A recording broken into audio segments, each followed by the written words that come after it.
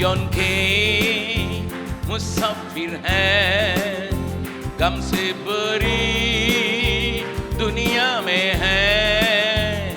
हम सिय्योन के मुसाफिर हैं, गम से भरी दुनिया में हैं। जाएंगे हम उस जहां में, रहेंगे हम प्रभु के साथ। Hallelujah hallelujah hallelujah hallelujah hallelujah hallelujah hallelujah hallelujah hallelujah hallelujah hallelujah. मेरा मसीह आ रहा है, पूरी तैयारी हो रही है। मेरा मसीह आ रहा है, पूरी तैयारी हो रही है। हमेशा वो राज करेगा, हम उसके हैं, वो हमारा। Hallelujah hallelujah hallelujah hallelujah hallelujah hallelujah hallelujah hallelujah hallelujah hallelujah hallelujah. पगली बातें जाती रही, शोक मिला होगा नहीं।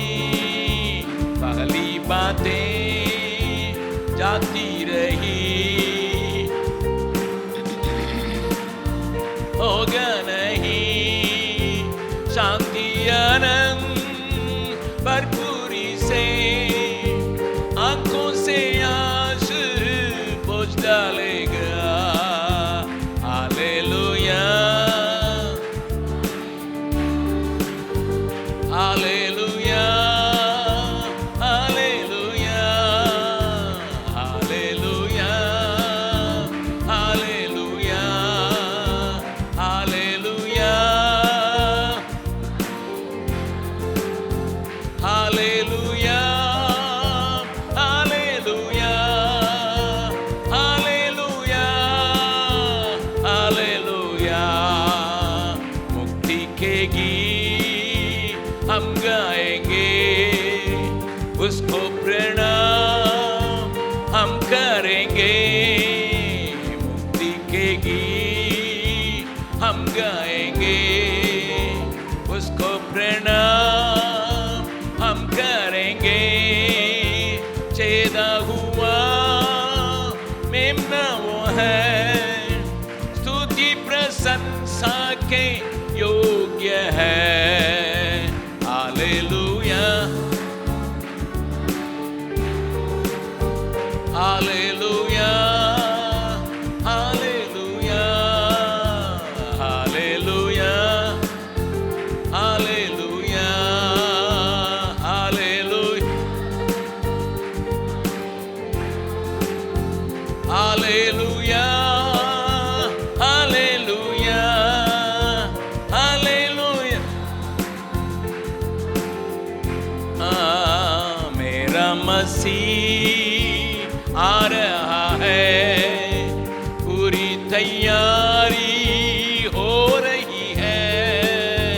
मेरा मसीह आ रहा है, पूरी तैयारी हो रही है। हमेशा वो राज करेगा, हम उसके हैं, वो हमारा। Hallelujah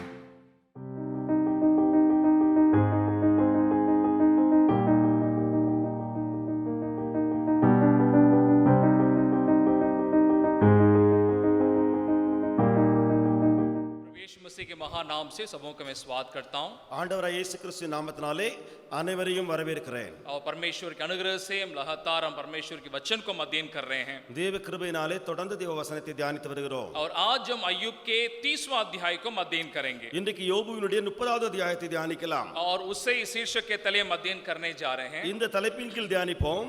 better to bitter days, क्या उत्तम दिन बीत गए और उपद्रव के दिन आ गए. உத்தமமான நாட்கள் கடந்து உபத்திரவ நாட்கள் வந்ததா? और जैसे हम करते आ रहे हैं वैसे इसमें से उस बेटर शब्द को मैं इस्तेमाल करने के लिए चाहूंगा. எப்படி நாம் செய்து வருகிறோமோ அப்படியே நான் இதிலிருந்து அந்த பிட்டர் என்ற வார்த்தையை நான் பயன்படுத்த விரும்புகிறேன். और इस बिटर शब्द में से 6 बातों को आप देख सकते हैं. இந்த பிட்டர் வார்த்தையிலே 6 எழுத்துக்களை பார்க்க முடியும். और हमने 29वां अध्याय में अय्यूब के किताब में से उत्तम दिन के बारे में, बेटर डेज के बारे में हमने अध्ययन किया था. நாம் 29வது அதிகாரத்திலே உத்தமமான நாட்கள் பெட்டர் டேஸ் என்பதை குறித்து தியானித்தோம். अगर 29वां अध्याय के अध्ययन को अगर आप याद करेंगे, अय्यूब अपने बीते हुए बातों के ऊपर वो मन लगाता है. நீங்கள் 29வது அதிகாரத்தின் காரியங்களை நீங்கள் ஞாபகத்துக்கு கொண்டு வந்தால் யோபு தன்னுடைய பழைய கடந்த மேன்மையான நாட்களை குறித்து பேசுகிறான். अभी इस 30वां अध्याय में अय्यूब उन दिनों को अपने वर्तमान स्थिति के साथ तुलना करते हुए यहाँ पे वो बात कर रहा है. இங்கே 30வது அதிகாரத்திலே யோபு அந்த கடந்த நாட்களை இப்பொழுது இருக்கிற அந்த நாட்களோடு கூட ஒப்பிட்டு பேசுகிறான். अगर आप 30वां अध्याय के पहले वचन को अगर आप देखेंगे, ஒருவேளை நீங்கள் 30வது அதிகாரம் முதலாவது வசனத்தை பார்த்தால் वो इस प्रकार शुरू होता है, இப்படியாக ஆரம்பிக்கிறது. कहता है परंतु, இப்போதோ, यानी 29वां अध्याय में जो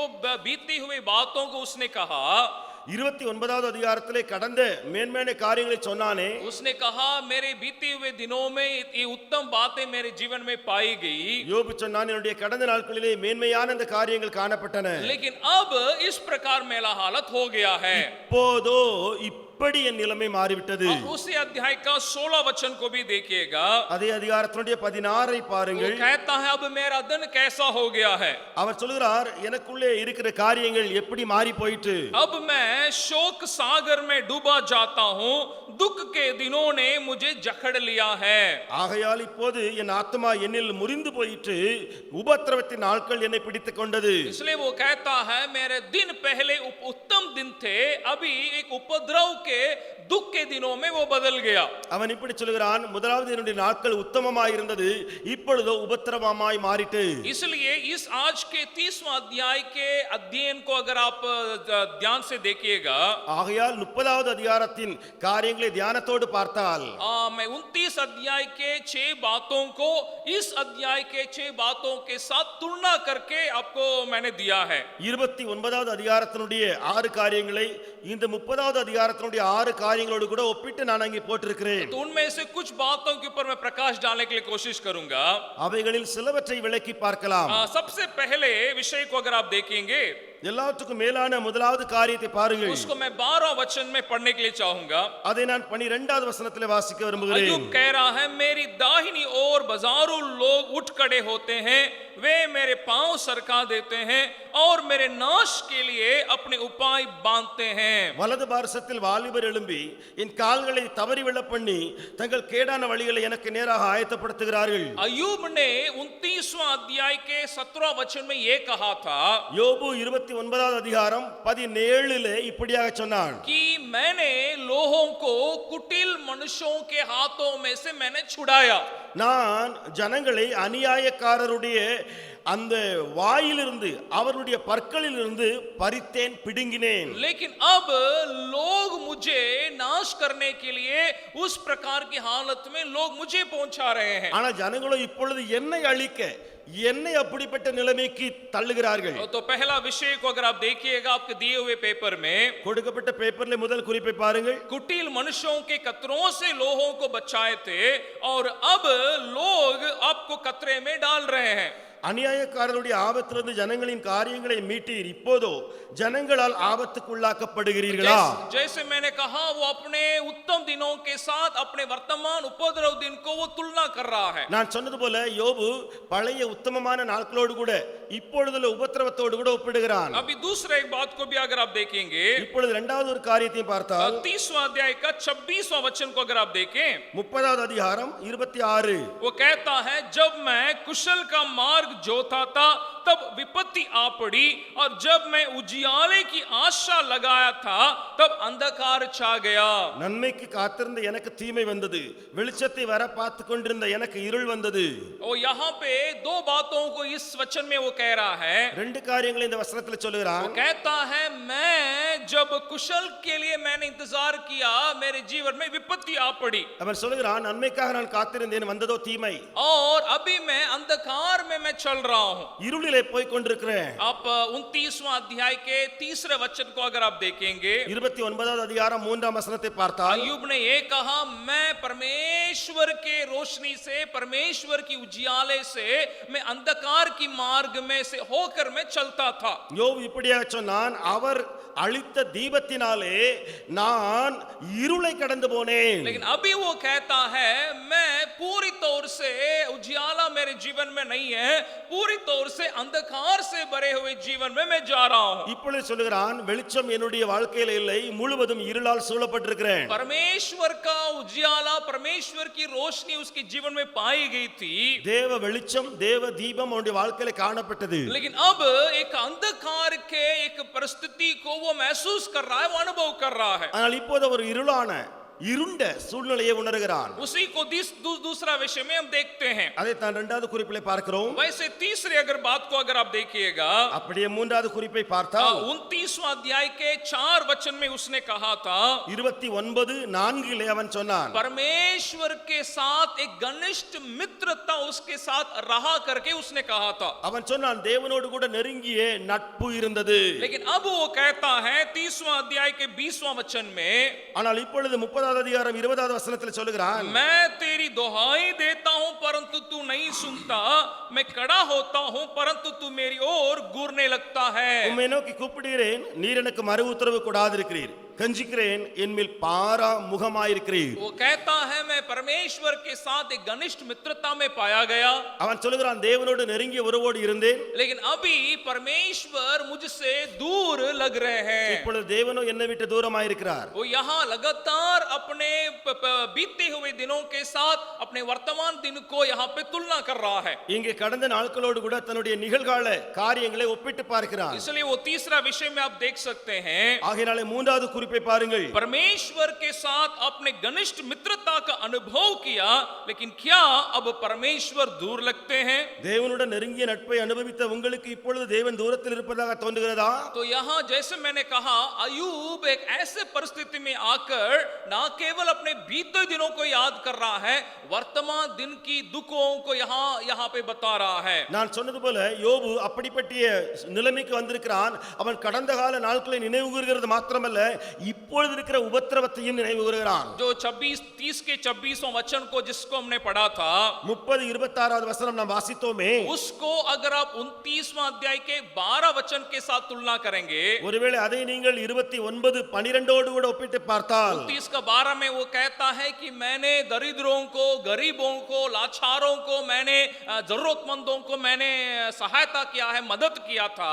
அவன் சொல்லுகிறான், முறையிடுகிற ஏழையையும் திக்கற்ற பிள்ளையையும் உதவியற்றவனையும் நான் ரட்சித்தேன். लेकिन अभी मैं मदद के लिए मैं आश्रय रख रहा हूं, मैं अच्छे बातों को मैं इंतजार करता हूं, अपेक्षा करता हूं, लेकिन मेरे जीवन में विपत्ति और दुख आ पड़ती है। ஆனால் இங்கே சொல்லுகிறான் 30 நான் நன்மைக்காக காத்திருந்தேன், நல்ல காரியங்களுக்காக எதிர்பார்த்திருந்தேன், வந்ததோ தீமை. लेकिन आखिरी एक और बात को मैं दिखा के आगे बढ़ने के लिए चाहूंगा। கடைசியில ஒன்றை சொல்லிவிட்டு முன்னேறி சொல்லுகிறேன். 29वां अध्याय के 21 से लेकर 25 तक के वचनों को जब हमने अध्ययन किया, 29வது அதிகாரம் 21 25 வரை நாம் பார்த்தோம். वहां अय्यूब ने कहा कि सारे लोग मुझे सम्मान देते थे, छोटे बच्चों से लेकर बड़े तक। அங்கே யோபு சொன்னான், சின்ன பிள்ளையிலிருந்து பெரியவர்கள் வரைக்கும் எனக்கு கனம் செலுத்தினார்கள். और अय्यूब कहता था जब मैं कहीं जाता तो पुरानिये भी मेरे सामने खड़े हो जाते थे. அவன் சொன்னான், நான் போகிற இடத்துல பெரியோரும் எழுந்து நின்றார்கள். लेकिन अभी वो कहता है मेरा हालत वैसा नहीं रहा. ஆனால் இங்கே அவன் சொல்கிறான், நிலைமை அப்படி அல்ல. 30वां अध्याय के पहला वचन और 9 और 10 वचन को अगर आप देखेंगे, 30வது அதிகாரம் 1ஆம் 9ஆம் 10ஆம் வசனத்தை பார்த்தால், उसका पहला वचन को ही देखिएगा. முதலாம் வசனத்தை பாருங்கள். परंतु अब जिनकी आयु मुझसे कम है वे मेरी हंसी करते हैं. இப்போதோ என்னிலும் இளவயதானவர்கள் என்னை பரியாசம் பண்ணுகிறார்கள். वो कहता है परंतु अब मेरी स्थिति वैसा नहीं रहा. அவன் சொல்கிறான், இப்பொழுது என் நிலைமை அப்படிப்பட்டதல்ல. लोग सबको ही मुझे आदर करते थे, सम्मान देते थे, எல்லாரும் எனக்கு கனம் பண்ணி வந்தார்கள். लेकिन अभी मुझसे उम्र में कम वाले भी मुझे देख करके हंसते हैं. இப்பொழுது என்னை காட்டிலும் வயது குறைவானவர்களும் என்னை பார்த்து वो நகைக்கிறார்கள். कहते हैं मैंने अपने सम्मान को, अपने आदर को मैंने खो दिया है. அவன் சொல்கிறான், என்னுடைய மரியாதை, என்னுடைய கனத்தை இழந்தேன். अगर आप अय्यूब के इन सारे बातों को अगर आप ध्यान देंगे, யோபுவின் எல்லாவற்றையும் தியானித்து பார்த்தால் हम समझ सकते हैं कि उसकी दशा कैसी है, उसकी मनसा किस प्रकार का होगा. அவனுடைய நிலைமை எப்படி இருக்கிறது, அவனுடைய மனநிலை எப்படி இருக்கும். और जैसे 29वां अध्याय के अध्ययन में मैंने ये कहा था, 29 தியானிக்கும் போது இப்படி நான் சொன்னேன், हमें बीते हुए दिन के ही बातों को सोच के हमें उसी में नहीं रहना है. கடந்த நாட்களின் காரியங்களை நினைத்தே நாம இருந்து விடக்கூடாது. उससे में आगे बढ़ने की जरूरी है. அதிலிருந்து முன்னேறி செல்ல வேண்டிய அவசியம் உண்டு. इसका मतलब ये नहीं कि हमारे जीवन में दुख और निंदा या दुर्दशा खत्म हो जाती है.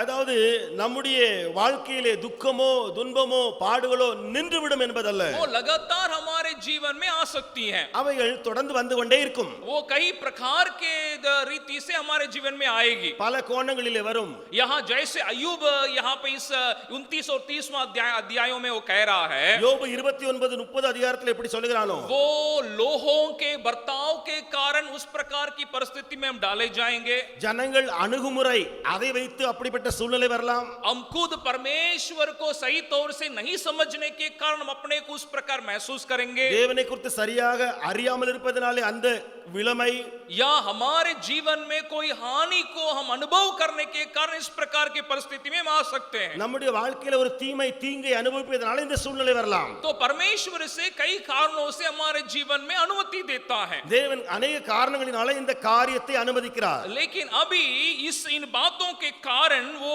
क्या कह रहा है, अय्यूब किस प्रकार के परिणाम में आ पहुंचा है. இந்த காரியங்களின் நிமித்தம் யோபு எந்த ஒரு விளைவுக்கு வருகிறான் பாருங்கள். 30वां अध्याय के आखिरी वचन को देखिएगा. 30வது அதிகாரம் கடைசி வசனம். वो कहता है इस कारण मेरी वीणा से विलाप और मेरी बांसुरी से रोने की ध्वनि निकलती है. என் சுரமண்டலம் புலம்பலாகவும் என் கிண்ணறம் அழுகிறவர்களின் ஓலமாகவும் மாறின. वो कहता है अभी जिसमें से मैं अच्छे गीतों को बजाता था, अभी उसमें से विलाप की गीत आ रही है. அவன் சொல்கிறான், எந்த வாத்திய கருவியில் இருந்து சுரமண்டலத்திலிருந்து இனிமையான பாடல்களை வாசித்தேனோ அதிலிருந்து புலம்பல் பாடல்கள் வருகின்றன. कहता है मेरे दिन ऐसे होने के कारण मैं एक दुख में, कड़वापन में मैं आ गया हूं. அவன் சொல்கிறான், இதற்கு காரணம் நான் துக்கம் அல்லது கசப்புக்குள் வந்து விட்டேன். तो वर्तमान स्थिति में इस प्रकार की बातें जब हमारे जीवन में होती हैं, இப்பொழுது நம்முடைய வாழ்க்கையில இப்படி காரியங்கள் நடக்கிற போது हम दुख में या उस प्रकार के कड़वापन में आने का संभावना है. நாமும் துக்கத்தில் அல்லது கசப்புக்குள் வர வாய்ப்புண்டு. मैं एक घटना को मैं दिखाने के लिए चाहता हूं जिसमें दो लोगों की बातों को मैं दिखाने के लिए चाहूंगा. ஒரு சம்பவத்தை சொல்ல விரும்புகிறேன். ரெண்டு பேருடைய காரியத்தை அதில் சொல்லுவேன். अगर आप रूत के पुस्तक को अगर आप खोलिएगा, ரூத்தின் புத்தகத்தை திறந்தால் हम वहां पे जानते हैं कि वहां नवोमी की बात और रूत की बात को हम जानते हैं. அங்கே நவோமி ரூத்தினுடைய காரியங்களை அறிவோம். और वे मोवाब देश में काम के लिए वे जब गए, அவர்கள் மோவாப் தேசத்துக்கு வேலைக்காக போனார்கள். और नवोमी अपने पति को और दो बेटों को वहां पे खो देती है. நவோமி என்பவள் தன்னுடைய கணவர் 2 குமாரர்கள் அங்கே இழந்தாள். और अब इस हालत में अपने दोनों बहुओं के साथ वो बर्ताव कर रही है. இப்பொழுது இந்த நிலைமையில 2 மருமக்கள் மாரோடு கூட பேசுகிறாள். नवोमी की बात को ध्यान दीजिएगा. पहला अध्याय का 13वां वचन में 1ஆம் அதிகாரம் 13ஆம் வசனத்திலே நவோமி சொல்றதை பாருங்கள். तो भी क्या तुम उनके सयाने होने तक आशा लगाए ठहरी रहती और उनके निमित्त पति करने से रुकी रहती, हे मेरी बेटियां ऐसा ना हो क्योंकि मेरा दुख तुम्हारे दुख से बहुत बढ़कर है, देखो यहोवा का हाथ मेरे विरोध उठा है। அவர்கள் பெரியவர்களாக மட்டும் புருஷருக்கு வாழ்க்கைப்படாதபடிக்கு நீங்கள் பொறுத்திருப்பீர்களோ அது கூடாது என் மக்களே, கர்த்தருடைய கை எனக்கு விரோதமாக இருக்கிறதுனால் உங்கள் நிமித்தம் எனக்கு மிகுந்த விசனம் இருக்கிறது என்றாள். वो कहती है आपके दुख से बढ़कर मेरा दुख है। சொல்லுகிறாள் உங்கள் துக்கத்தை காட்டிலும் என் துக்கம் பெரிது. यहाँ नओमी के जो बहू हैं वे भी अपने पति को खो चुके हैं, वे भी हानि को वे भी अनुभव कर रहे हैं। இங்கே நவோமியுடைய மருமக்கள் அவர்களும் கூட தன்னுடைய கணவன்மார்களை இழந்து துக்கத்தில் இருக்கிறார்கள். लेकिन जो दुख के लिए कड़वापन के लिए जो जगह दे देता है, ஆனால் யார் ஒருவன் துக்கத்திற்கோ கசப்புக்கோ இடம் கொடுக்கிறானோ उनका हालत कैसा होगा? அவன் நிலைமை எப்படி? वे अक्सर अपने में इसी प्रकार महसूस करेंगे। அடிக்கடி உணர்வார்கள். कैसे महसूस करेंगे? எப்படி உணர்வான்?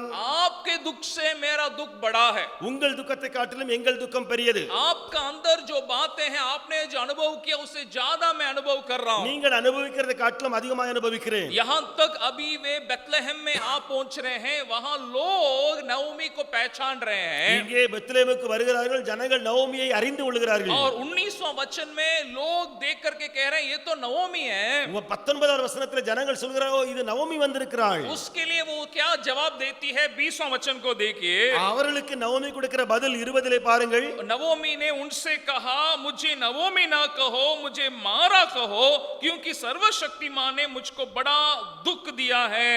அதற்கு நவோமி நீங்கள் என்னை நவோமி என்று சொல்லாமல் மாறாள் என்று சொல்லுங்கள், சர்வவல்லவர் எனக்கு மிகுந்த கசப்பை கட்டளையிட்டார். मैं बड़ी पूरी चली गई थी, परंतु यहोवा ने मुझे छूचे करके लौटाया है। நிறைவுள்ளவளாய் போனேன், கர்த்தர் என்னை வெறுமையாய் திரும்பி வர பண்ணினார். यहाँ भी नवोमी अपने बीते हुए दिन को याद करती है। இங்கேயும் நவோமி கடந்த காலத்தை நினைவு கூறுகிறாள். वो कहती है मैं पूरा भरा हुआ मैंने बेथलेहम से यहाँ से मैंने मोवाब देश में गया था।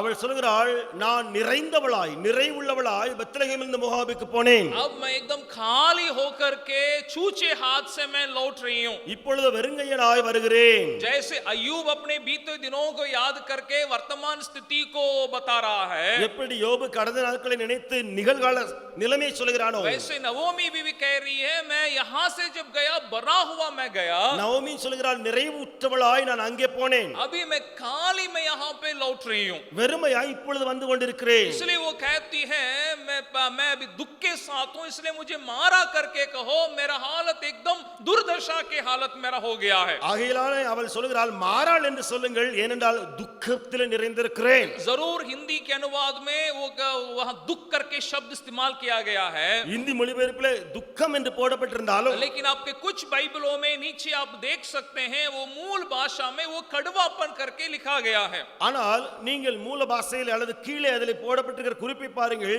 அதற்கு கசப்பு என்று போடப்பட்டிருக்கிறது. इसका मतलब वो नवोमी भी यहाँ पे दुख यानी कड़वापन से वो बरी है, நவோமியும் கூட துக்கம் அல்லது கசப்பினால் நிறைந்திருக்கிறாள். लेकिन इसी के दरमियान जब उसके बहू रूत जब बोआस के पास जब जाती है, இதன் அடிப்படையிலே அல்லது இதற்கு மத்தியிலே அவளுடைய மருமகள் ரூத் போவாசிடம் போகும்போது तब बोआस एक बात को वहां कहता है, போவாஸ் ஒரு காரியத்தை இங்கே சொல்கிறான். जिसको दूसरा अध्याय के 12वां वचन में आप देख सकते हैं। அது 2ஆம் அதிகாரம் 12 பார்க்கலாம். वो ये कहता है यहोवा तेरे कार्य का फल दे और इज़राइल का परमेश्वर यहोवा जिसके पंखों तले तू शरण लेने आई है तुझे पूरा बदला दे। உன் செய்கைக்கு தக்க பலனை கர்த்தர் உனக்கு கட்டளையிடுவாராக. இஸ்ரவேலின் தேவனாகிய கர்த்தருடைய சட்டளையின் கீழ் அடைக்கலமாய் வந்த உனக்கு அவராலே நிறைவான பலன் கிடைப்பதாக என்றாள். यहाँ इस परिस्थिति में दो लोगों के प्रतिक्रिया को भी हमें दिखा के मैं अंत करने के लिए चाहूंगा। நான் இந்த சூழ்நிலையிலே 2 பேருடைய பிரதிக்கிரியையை காண்பித்து முடிக்க விரும்புகிறேன். एक नवोमी ये मैं अनुभव सोच रही है कि मैं सबसे ज्यादा दुख मेरा है। ஒன்று நவோமி இப்படியாக யோசிக்கிறாள், சொல்கிறாள் எல்லாரை காட்டிலும் எனக்கு துக்கம் அதிகம். उसका बहू रूत का भी वही हालत है।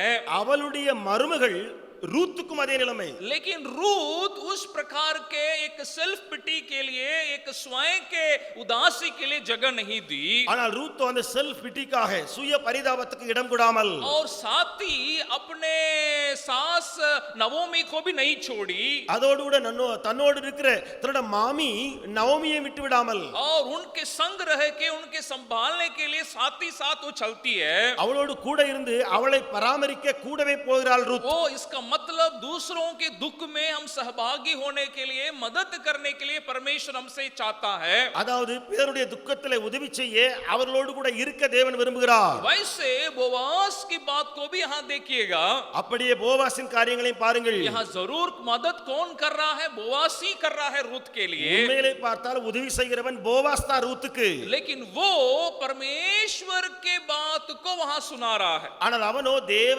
காரியத்தை அறிவிக்கிறான். वो परमेश्वर की योजना को सुना के उनको वहां पे उत्साह दिला रहा है। தேவ திட்டத்தை சொல்லி அவளை உற்சாகப்படுத்துகிறான். इसका मतलब मैं जब तक अपने दुख और अपने बातों को देखता रहूंगा, எதுவரைக்கும் நான் என்னுடைய துக்கத்தை கசப்பையே பார்த்து கொண்டிருப்பேனோ मैं उस कड़वापन में ही मैं रहते रहूंगा, அந்த கசப்பிலேயே இருந்து விடுவேன். और बीते दिनों को याद करके अब के वर्तमान समय को देख करके और नीचे में चलता रहूंगा। கடந்த நாட்களை பார்த்து இப்போது இருக்கிற நிலையை ஒப்பிட்டு இன்னும் துக்கத்துக்குள் போய் விடுவேன். लेकिन उस परिस्थिति में परमेश्वर की योजना को बोवास के जैसा देखने के लिए और दूसरों को दिखाने के लिए परमेश्वर चाहता है। ஆனால் அந்த சூழ்நிலையிலே போவாசை போல ஒரு தேவ திட்டத்தை அறிந்து அந்த திட்டத்தை பிறருக்கு வெளிப்படுத்த நம்மை விரும்புகிறார். और रूत के जैसा अपने बातों को नहीं, दूसरों के दुख को देके संभालने के लिए परमेश्वर हमसे चाहता है। ரூத்தை போல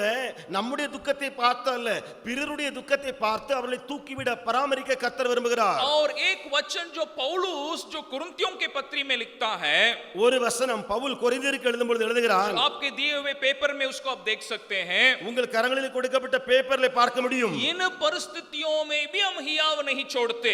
ஆனபடியினால் நாங்கள் இந்த சூழ்நிலையிலும் சோர்ந்து போகிறதில்லை. दूसरा कुरिन्थियों 4 अध्याय का 16 से लेकर 18 तक के वचनों में है। 2 கொரிந்தியர் 4:16-18 वहां एक सुंदर सच्चाई को पौलुस पेश करता है। ஒரு அருமையான சத்தியத்தை அவன் சொல்கிறான். कहता इसलिए हम याव नहीं छोड़ते, சொல்கிறான் ஆனபடியினாலே சோர்ந்து போகிறதில்லை. यद्यपि हमारे बाहरी मनुष्य नाश भी होता जाता है, तो भी हमारा भीतरी मनुष्यत्व दिन प्रतिदिन नया होता जाता है। எங்கள் புறமான மனுஷனானது அழிந்தும் உள்ளான மனுஷனானது நாளுக்கு நாள் புதிதாக்கப்படுகிறது. और उसकी आखिरी वचन को मैं दिखाने के लिए चाहूंगा, 18 वचन को। அதனுடைய 18வது வசனத்தை காண்பிக்க விரும்புகிறேன். हम तो देखी हुई वस्तु को नहीं परंतु अनदेखी वस्तुओं को देखते रहते हैं, क्योंकि देखी हुई वस्तुएं थोड़ी दिन के हैं परंतु अनदेखी वस्तु सदा बनी रहती है। மேலும் காணப்படுகிறவைகளை அல்ல காணப்படாதவைகளே நோக்கி இருக்கிறோம். ஏனென்றால் காணப்படுகிறவைகள் அனித்தியமானவைகள், காணப்படாதவைகளும் நித்தியமானவைகள். यहाँ पे लगभग 2 महत्वपूर्ण सच्चाई को पौलुस कहता है। 2 மிக முக்கியமான உண்மையை பவுல் சொல்கிறார். एक को ये कहता है कि हम देखी हुई बातों के ऊपर हमारा नजर नहीं है, ஒன்று காணப்படுகிற காரியங்கள் மேலே எங்கள் பார்வை இல்லை. हम अनदेखी बातों को, जो परमेश्वर की बातों के ऊपर हमने मन लगाया है। அவர் சொல்கிறார் காணப்படாத தேவனுடைய காரியங்களை நாங்கள் நோக்கி இருக்கிறோம். जैसे बोवास ने रूत को कहा था, तुम जो परमेश्वर के पास आया है, तुम्हें वो फल और बदला देना परमेश्वर के पास है।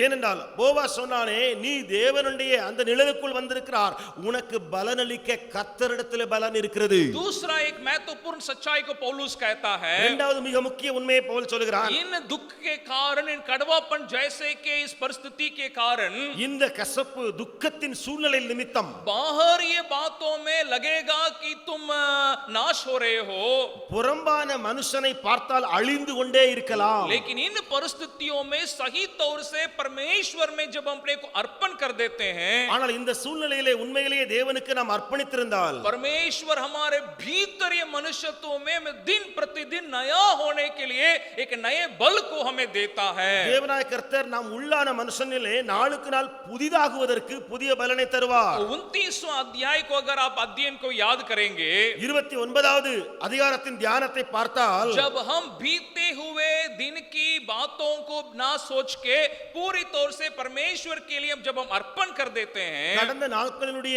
அந்த காரியங்களை எல்லாம் நோக்கி பார்க்காமல் தேவனுக்கு முழுவதுமாய் அர்ப்பணிக்கிற வேளையிலே हमने उस अध्ययन के आखिरी में ये देखा जब यशायाह नबी कहता है अब मैं एक नए बात को मैं यहाँ शुरू करता हूँ। எப்படி ஏசாயா தீர்க்கதரிசியின் புத்தகத்தில் நாம் பார்த்தோமோ இப்பொழுது நான் ஒரு புதிய காரியத்தை செய்கிறேன். अभी वर्तमान स्थिति के दुख में ही कड़वापन में ही मैं पड़ा नहीं रहता। இப்பொழுது இருக்கிற சூழ்நிலை கசப்பு அதிலேயே இருந்து விடாமல் तो परमेश्वर क्या कहता है, तुम्हारे अंदर मैं एक नए कार्यों को मैं कर रहा हूँ। உனக்குள்ளே நான் ஒரு புதிய காரியத்தை செய்கிறேன். यानी दोनों बातों को मैं आपके सामने रखने के लिए चाहूंगा। ரெண்டு காரியத்தை உங்கள் முன்பதாக கொண்டு வருகிறேன். हम ना तो बीते दिनों में हम रहने के लिए बुलाए गए हैं, கடந்த நாட்களின் காரியங்களிலேயே இருந்துவிட அழைக்கப்படாமல் ना तो वर्तमान समय के दुख में कड़वापन में रहने के लिए बुलाए गए அல்லது हैं। நிகழ்கால துக்கத்தின் காரியங்களையே மூழ்கி விடாமல் हम परमेश्वर की बातों को देखे आगे बढ़ने के लिए बुलाए गए हैं। தேவ காரியத்தை உற்று நோக்கி முன்னேறி செல்ல அழைக்கப்பட்டிருக்கிறோம். तब क्या होगा, நடக்க போவது என்ன? हमारे अंदर परमेश्वर नए कार्यों को करेगा, நமக்குள்ளே தேவன் புதிய காரியத்தை செய்வார். हमारे द्वारा भी परमेश्वर नए कार्यों को करेगा। நம் மூலமாகவும் கர்த்தர் புதிய காரியத்தை செய்வார். हालेलुया। उस बात के लिए हम अपने को अर्पण करने की जरूरी है। அந்த காரியத்துக்கு நம்மை ஒப்புக் கொடுக்க வேண்டும். 1921 में अफ्रीका देश में एक मिशनरी दंपति सेवा करने के लिए गए थे। 1921 ஆண்டிலே ஆப்பிரிக்க நாட்டுக்கு ஒரு தம்பதியார் ஊழியத்துக்கு போனார்கள். उनका नाम है डेविड और स्विया फ्लड, उनका नाम है। டேவிட் சியா ஃப்ளட் என்பது அந்த தம்பதியருடைய பெயர். और वे नए शादी होके वहां बेल्जियन कांगो करके एक देश में अफ्रीका में सेवा करने के लिए गए थे। ஆப்பிரிக்காவிலே பெல்ஜியன் காங்கோ என்ற ஒரு நாடு இருக்கிறது. அங்கே அவர்கள் திருமணமான புதிதிலே போனார்கள். और वहां से डोलारा नामक एक गांव में उन्होंने सेवा किया था। அங்கிருந்து டொலேரா என்று சொல்லி ஒரு கிராமத்தில் ஊழியம் செய்தார்கள். उनके साथ एरिक्सन नामक एक दंपति भी साथ मिलकर सेवा कर रहे थे। அவளோடு கூட இன்னொரு தம்பதியார் எரிக்சன் என்பவர் அவரும் கூட ஊழியம் செய்து வந்தார். कोई उनके सेवकाई में फल नहीं रहा, ஒரு கனியும் ஊழியத்தில் இல்லை. एरिक्सन परिवार को मलेरिया का बीमारी आ गई थी, எரிக்சன் குடும்பத்தாருக்கு மலேரியா பாதிப்பு உண்டாயிற்று. इसलिए उस गांव छोड़ के वे वापस बेल्जियन कांगो में वे चले गए। ஆகையினால அவர்கள் அந்த கிராமத்தை விட்டு திரும்ப பெல்ஜியம் இடத்துக்கு போனார்கள். और इस बीच में स्विया फ्लड, डेविड की पत्नी स्विया फ्लड गर्भवती हुई थी। இதற்கிடையில் டேவிடுடைய மனைவி சுயா ஃப்ளட் கர்ப்பவதியானாள். और उनका एक बेटी उनका जन्म हुआ था। மகள் பிறந்தாள். और उन दिनों में वहां का मुखिया भी साथ अच्छा बर्ताव नहीं किया। அந்த நேரத்தில் கிராம தலைவனும் கூட அவரோடு கூட ஒத்து போகவில்லை. उसने कर दिया कि कोई भी इस मिशनरी से मुलाकात नहीं करेंगे, उनको मदद नहीं करेंगे। கிராமத்து மக்களிடத்தில் சொன்னார், யாரும் மிஷனரிக்கு உதவி செய்யக்கூடாது, அவர்களை சந்திக்க கூடாது. लेकिन एक छोटा लड़का को सिर्फ अनुमति दिया, उनको खाने की बातों को तुम दे सकता है। ஒரே ஒரு பையனுக்கு மாத்திரம் அனுமதி வழங்கப்பட்டது, நீ போய் அவர்களுக்கு உணவு கொடுத்து வரலாம். अभी क्या हुआ, वो स्विया फ्लड जब उसका बेटी का जन्म दी, இப்பொழுது அந்த சியா ஃப்ளட் மகளை பெற்றபோது 17 दिन के बाद वो मर गई। 17 நாட்களுக்கு பின்பு மரித்து போனாள் அந்த தாயார். डेविड फ्लड एकदम बहुत दुख की हालत में हो गया था। டேவிட் ஃப்ளட் அவர்கள் ரொம்ப துக்கப்பட்டார். बहुत ही कड़वापन में वो आ गया था, கசப்பினால் நிறைந்தார். इसलिए वो उस सेवकाई को छोड़ दिया। ஆகையினால ஊழியத்தை விட்டு விட்டார். ना केवल सेवकाई को छोड़ा, परमेश्वर को ही छोड़ दिया। ஊழியத்தை விட்டது மாத்திரமல்ல, தேவனையே விட்டு விட்டார். अपना बेटी को ही वो संभाल नहीं सका। தன்னுடைய மகளையும் பராமரிக்க முடியவில்லை. जो बेटी को परमेश्वर ने उसके हाथ में दिया, எந்த மகளை தேவன் கர்த்தர் கரத்தில் கொடுத்தாரோ उसको उन एरिक्सन परिवार को दे दिया। அதை அந்த எரிக்சன் குடும்பத்தாருக்கு கொடுத்து விட்டார். वापस अपना देश स्वीडन देश में चला गया। திரும்ப தன்னுடைய ஸ்வீடன் தேசத்துக்கு போய்விட்டார். और ये छोटी बेटी, उसका उन्होंने एक नाम रखा था, ऐना करके नाम रखा था। அந்த சின்ன மகளுக்கு அவர் பெயர் வைத்திருந்தார் ஹானா என்று சொல்லி. और उस एरिक्सन परिवार भी नहीं संभाले, दूसरे के हाथ में उसको दे दिए। அந்த எரிக்சன் குடும்பத்தாரும் அந்த மகளை பராமரிக்காமல் இன்னொருவருடைய கரத்தில் கொடுத்தார்கள். और जिन लोगों ने उस बेटी को पाया, वे वहां से अमेरिका देश में उसको लेके चले गए। எவர்கள் அந்த மகளை பெற்றார்களோ அவர்கள் அவளை எடுத்துக்கொண்டு அமெரிக்காவுக்கு போனார்கள். वो अपने माँ को तो देखी नहीं, அது தாயை பார்க்கவே இல்லை அந்த பிள்ளை. पिता से भी अभी एकदम दूर, பிதாவை விட்டு தூரமாயிருக்கிறாள். वो अमेरिका देश में बढ़ती गई। அமெரிக்காவிலே வளர்க்கிறாள். ये उसका पिता स्वीडन में जाके एकदम उसका जिंदगी एकदम खराब हो गया। தகப்பனார் ஸ்வீடனுக்கு போய் அவருடைய நிலைமை படுமோசமாயிற்று. सेवकाई को तो छोड़ा, ஊழியத்தை தான் விட்டு விட்டார். परमेश्वर को पूरा पूरा छोड़ दिया। கர்த்தரை முழுவதுமாக விட்டு விட்டார். इतना दुख और कड़वापन उसके मन में भर गया, முழு துக்கமும் கசப்பும் நிறைந்து पियकड़ हो गया குடிகாரரானார். और वहां अमेरिका में उसकी बेटी बढ़ने लगी। அமெரிக்காவிலே மகள் வளர்ந்து கொண்டே இருந்தாள். और उसके जो पालन पोषण किए उसको उन्होंने उसका नाम ही बदल दिया। அங்கே அவளை வளர்த்தவர்கள் அவளுக்கு பேரை இன்னொரு பேரை வச்சாங்க. उन्होंने उसका एगी करके एक दूसरा नाम रख दिया। ஆகி என்று சொல்லி இன்னொரு பெயரை இட்டார்கள். वहां वो बड़ी और उसका शादी हुआ और एक मसीही कॉलेज में काम करने लगी। அவள் வளர்ந்தாள், திருமணமாயிற்று, கிறிஸ்தவ கல்லூரியிலே வேலை செய்தாள். और वहां जब काम करते वक्त एक बार उसको एक पत्रिका उसको मिलती है। வேலை செய்கிற பொழுது ஒருமுறை ஒரு செய்தித்தாள் கிடைக்கிறது. और उस पत्रिका स्वीडन देश में से आया हुआ उस भाषा का पत्रिका।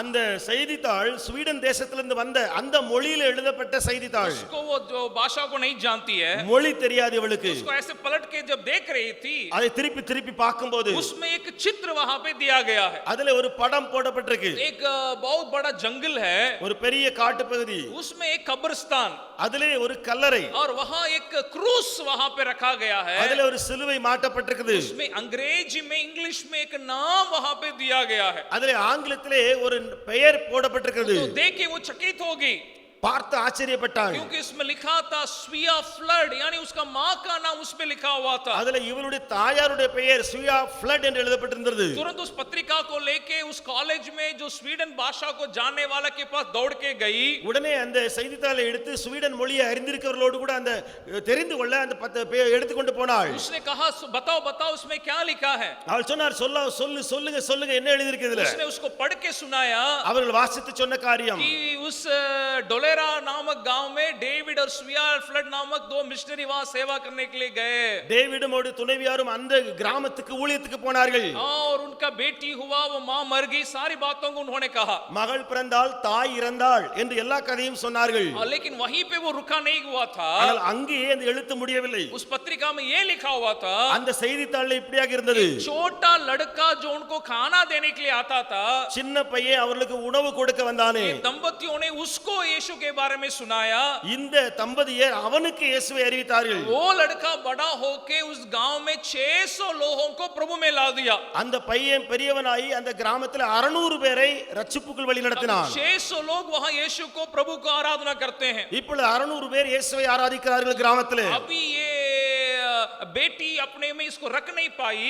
இப்பொழுது மகளோ அதை தக்க வைத்துக் கொள்ளாமல் वो वहां से स्वीडन में अपने पिता से मिलने के लिए गई। தனக்குள்ளே வைக்காமல் ஸ்வீடனை தன்னுடைய தந்தையை சந்திக்கும்படி ஸ்வீடனுக்கு போனாள். 40 साल के बाद अपने पिताजी से वो मुलाकात की। 40 ஆண்டுகள் கழித்து அப்பாவை சந்திக்கிறாள்.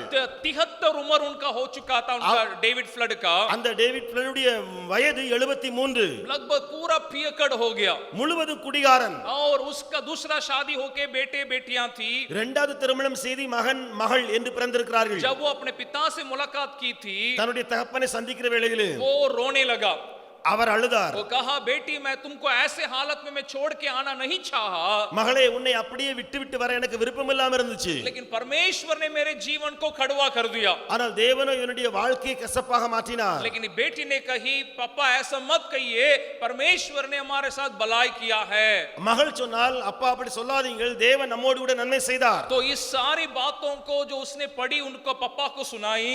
இவள் வாசித்த கேள்விப்பட்ட எல்லா நல்ல கதைகளையும் அப்பாவுக்கு சொன்னாள். उसने कहा, पापा परमेश्वर आपसे प्यार करते हैं। அவள் சொன்னாள், அப்பா ஆண்டவர் உங்களை நேசிக்கிறார். आप और आपका माँ का कार्य व्यर्थ नहीं हुआ।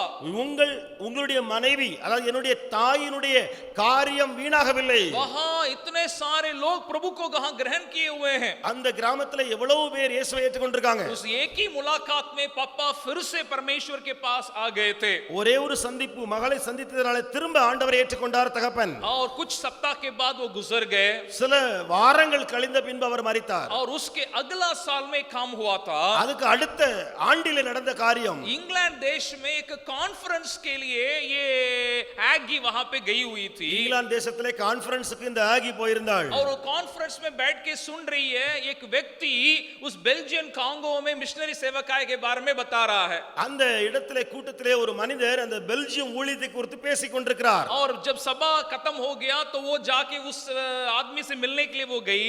இந்த மகள் அந்த கூட்டம் முடிந்தவன அந்த மனிதன் பேசிக் கொண்டிருந்தாரே அவரை சந்திக்க போனாள். कहा आप बेल्जियन कांगो की सेवकाई के बारे में बोल रहे थे. நீங்கள் பெல்ஜியம் ஊழியத்தை குறித்து சொல்லிக் கொண்டிருந்தீங்க. और डोलेरा नामक उस गांव के बारे में बोल रहे थे. அந்த துரையா என்று சொல்லி ஒரு கிராமத்தை குறித்து பேசுனீங்களே. आपको डेविड और स्विया फ्लड के बारे में आपको मालूम है क्या? நீங்கள் அந்த டேவிட் அவருடைய மனைவி அவர்களை குறித்து தெரியுமா? तो ये व्यक्ति तुरंत हैगी को पकड़ के विलाप करके रोने लगा. இந்த மனிதர் உடனே ஆகியை பிடித்து புலம்பி தேம்பி அழுதான். उसने कहा वो छोटा लड़का मैं ही हूं. அவன் சொன்னான் அந்த சின்ன பையன் நான் தான். अभी ना केवल 600 लोग अभी प्रभु में हैं. இப்பொழுது 600 பேர் ஆண்டவருக்குள் இருக்கிறது மாத்திரமல்ல, 1,10,000 लोगों के विश्वासी हैं. 1,10,000 பேர் விசுவாசிகளா இருக்கிறார்கள். और आपके माता और पिता ने मुझे प्रभु में लाया था. உன் அப்பா அம்மா என்னை ஆண்டவருக்குள் கொண்டு வந்தாங்க. इस कारण लगभग 1,10,000 लोग बेल्जियन कांगो में प्रभु में अभी पाए जाते இது हैं. நிமித்தம் 1,10,000 பேர் பெல்ஜியம் நாட்டிலே இருக்கிறார்கள். इस बात को मैं आपके पास में क्यों रख रहा हूं? ஏன் இந்த காரியத்தை சொல்கிறேன் என்றால், एक तरफ में डेविड फ्लड ने सोचा परमेश्वर ने सारी बातों को मुझसे छीन लिया. ஒருபுறம் டேவிட் பிளேன் அவர்கள் யோசித்தார்கள் எல்லாவற்றையும் தேவன் பறித்து கொண்டார். दुख और कड़वापन के लिए जगह देने के कारण துக்கமும் கசப்புக்கும் இடம் கொடுத்தது நிமித்தம் वो सेवकाई को छोड़ दिया. ஊழியத்தை விட்டார். परमेश्वर से भी दूर हो गया. தேவனை விட்டும் கடந்து போனார். लेकिन उस हालत में जैसे पौलुस कहता है, ஆனால் அந்த நிலைமையிலே பவுல் சொல்கிறது போல, ऐसी बातें जो अंधे की बातें हैं, காணப்படாத அந்த காரியங்கள், जिनको हम नहीं जानते, பார்க்கவே கேட்கவே இல்லை, हम उनके ऊपर हमारा मन लगाएंगे. அவைகள் மேல் நம்முடைய மனது செலுத்தினால் हाँ, और वर्तमान स्थिति के दुख और कड़वापन के लिए जगह नहीं देंगे. இப்பொழுது இருக்கிற கசப்பு துக்கத்துக்கு இடம் கொடாமல் இருந்தால் परमेश्वर से उस फल को और प्रतिफल को हम पा सकते நாம் हैं. தேவனிடத்திலிருந்த பிரதிபலனை நாம் பார்ப்போம். आइए हम अपने को इस बात के लिए हम अर्पण करें.